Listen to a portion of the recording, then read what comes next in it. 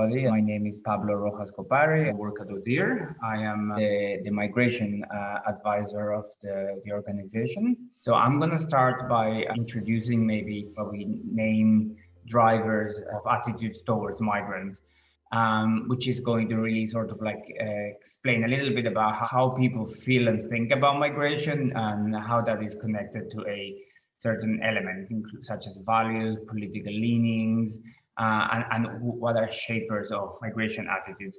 There is a general belief that attitudes towards migration have deteriorated. Now, what we have seen in results from surveys, etc., is that it is a lot more complex than simply saying they have improved or deteriorated. Overall, if you look at this chart that I'm showing you right now, if in 2018 as opposed to 2014, in most countries, immigration from the EU has been accepted more positively. So you would be inclined to need to say like, oh, people are becoming more tolerant or more receptive of migration. But then what we see in the second sort of half is that like the attitudes vary whether we talk about immigration from people from outside the EU or from the EU itself. Now, the reason why I'm showing you this is just simply to say that as like with everything about migration communication, is not as simple as we generally perceive it. One thing that has changed, and I think this is the first thing that we need to keep in mind for today's session, is that the prominence of migration in public debate has increased. Both those who speak about migration positively and those who speak about it negatively. So, and the frames have become a lot more specialized. Not only people are talking more often about migration, but they are talking with a very specific objective. So my first part of the session today will be to try to show what are the key drivers of attitudes towards migrants.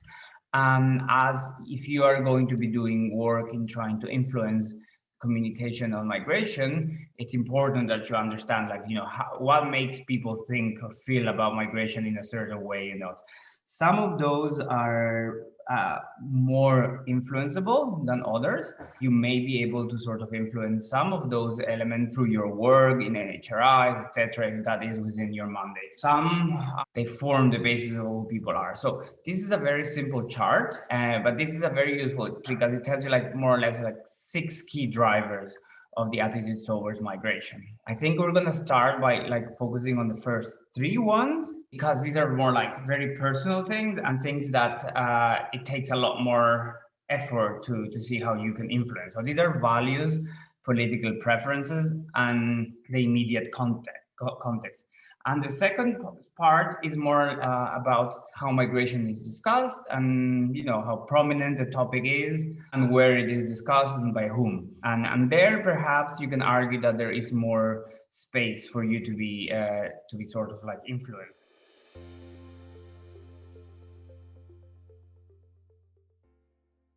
So very briefly, this is like a Schwartz table of 10 different values. Generally, when we try to sort of summarize it into types of personality, we talk about 3 types of categories. Universalists are people who show more empathy and care for other people. Generally, they tend to be associated with people who favor more open migration policies. And conservative type of people are people who value more things like tradition, conformity, and security. And then there's a third category, which doesn't have a clear or strong position, which are more like egocentric, driven by things such as achievement, stimulation, and power. It looks like that when we put them in a chart. And in reality, what experts and academics argue is that there are only like 4 of those 10 values that really influence how people think about migration. The one in green, universalism, people who identify with universalist values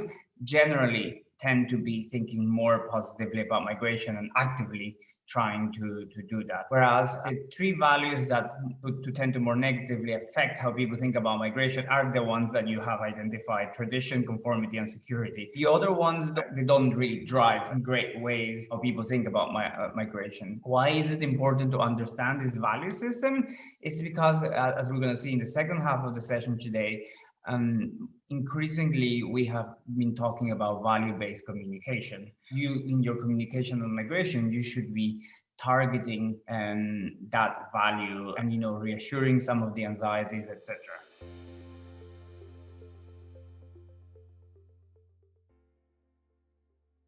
The second key driver to migration attitudes are political preferences. A lot of the time, how people think about migration is influenced by the public debate. A lot of the time, the public debate is influenced by political preferences. So also thinking that political parties, they tend to sort of like promote a certain view on migration. Now, what we tend to see is that in countries where discussion on migration are more polarized, political actors tend to take a much stronger position on one side or the other. One important thing to note here is that, contrary to what people believe, public sentiments towards immigrants are more influenced by frames.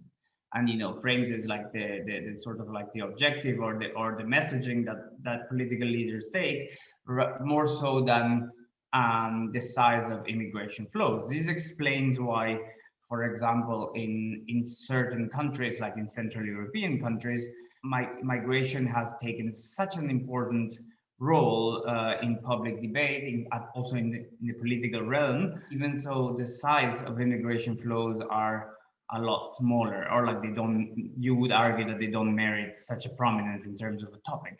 But this is because the topic of migration has been politicized in a polarizing way. For example, here, this is a chart that shows you which actors are sort of politicizing migration. Politicizing migration doesn't always have to be perceived as negative. And there are certain, in this chart, for example, you see things that are quite obvious, others that are a little bit less obvious. But also one important thing that is how little migrants and themselves get to sort of shape the debate. And I think that's one of the key issues of like how migration is discussed, is about how little migrants themselves have ownership of what's being discussed about them.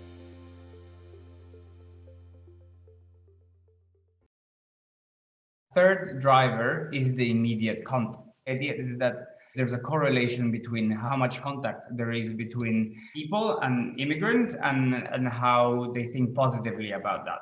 It shows that for the attitudes towards migrants to improve, the interaction with immigrants have to be frequent, intimate, and positive. What we generally talk about is things where the relationships are non-conflictual. So, for example, just working together with people of different backgrounds and origins, people having their children play with children of immigrants. So, like that type of very ordinary, very frequent, but very close type of interaction.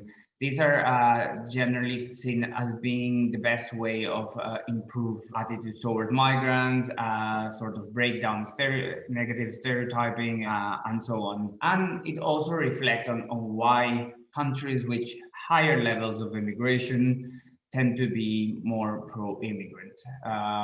And if you look at surveys, etc., like that is kind of the overall result. So countries like particularly Canada or Sweden, where there is a higher proportion of immigration, tend to favor migration a bit more. In terms of like these three drivers, this is like a chart that explains you like what are distal effects and proximal effects. Distal effects are things that are deeply embedded into people's individual way of like individualities, and it's much harder to change. Whereas like proximal effects are things that you can influence a lot more, and they are more changeable. So what does that mean? It means like it's very hard to change someone's values characteristic. If someone is attached to tradition or family or security, you can't just come in and in a conversation, you're going to make them be less traditional or believe that tradition is less important. So you always have to keep that in mind when, this is for you to think about how you're going to communicate on migration.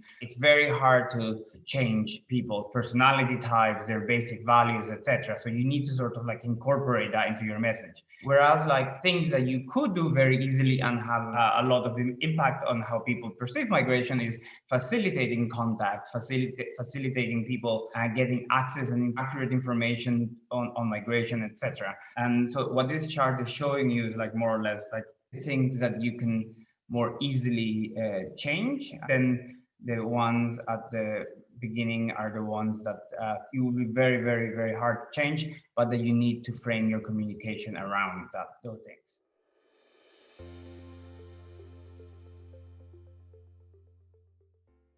I'm gonna now move to public debates. Okay, so this is where we talk about the media as well.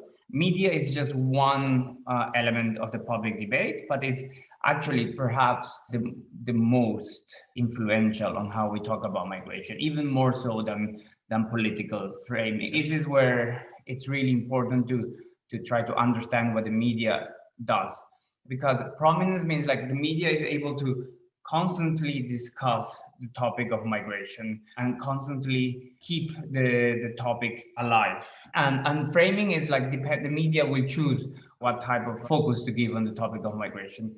And it has been proven that media is the main determinant on how people perceive migration as a political priority. It influences how people see it as being the most relevant topic to discuss. Another thing that we have seen is that regardless of the context, the frequency of how migration is discussed tends to create more negative impact. So the longer that things are discussed on migration on the news, the more likely is that negative attitudes are going to be reinforced. And this is something that's very important to keep in mind when we're trying to like change the frame. When there are existing negative public attitudes and when that intersects with long extensive media coverage, that is sort of like a recipe for problems, even in countries where there is not established far-right political party. The final point to remember here is that media framing is actually stronger and lasts more in countries where there are smaller populations of immigrants, because of what we said, we don't have the immediate context that we're talking about, so whereas like in countries where people have regular contact with immigrants, they may challenge what they see or hear from the media versus what they really experience on a day-to-day basis. But when in countries like Central Europe, where a lot of people don't have regular contact with immigrants, they just take the media framing as being accurate, or they don't challenge it.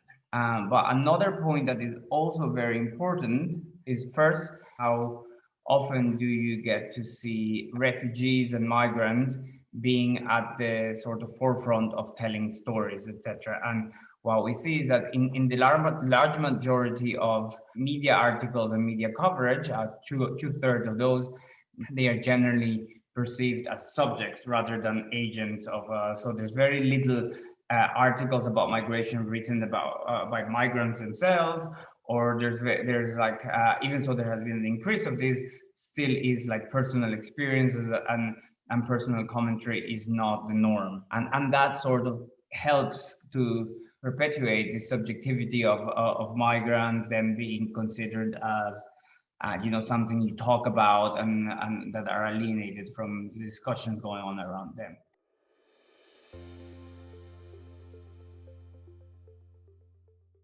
Another factor that is very important is media ownership. Who owns the media gets to dictate how things are discussed, and migration is one of those topics. Particularly countries with lower press freedom tend to be the ones where attitudes towards migrants tend to be more lower.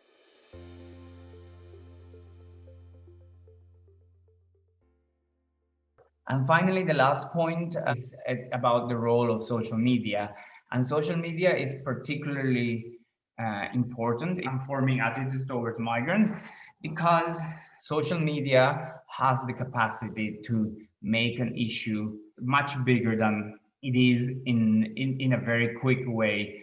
It's much faster than traditional media. It's quite problematic in the sense that because there's a huge amount of negative framing of migration in social media, and it just accelerates the frequency of it. It's very hard for people who are trying to challenge negative communication on migration, because it goes at a much faster speed. And in social media, things can just like move forward and onwards with very little opportunities to stop them. It becomes more of a political priority because it's more frequent. And as we know already, that the more that you discuss about something, the more negative the attitudes tend to be. So there is also the intersection between traditional media and social media, particularly how on countries where there is very little press freedom, the same state actors, which are generally tend to be anti-immigrant, they also seem to be having a very strong presence in social media, which creates like this, what we call this chilling effect on progressive opinion. It's like not allowing progressive opinion to sort of surface and reach out the overall population. And the final thing is that what social media also allows is to create a vehicle for extreme, ideologically extreme positions, which wouldn't normally surface so much in traditional media.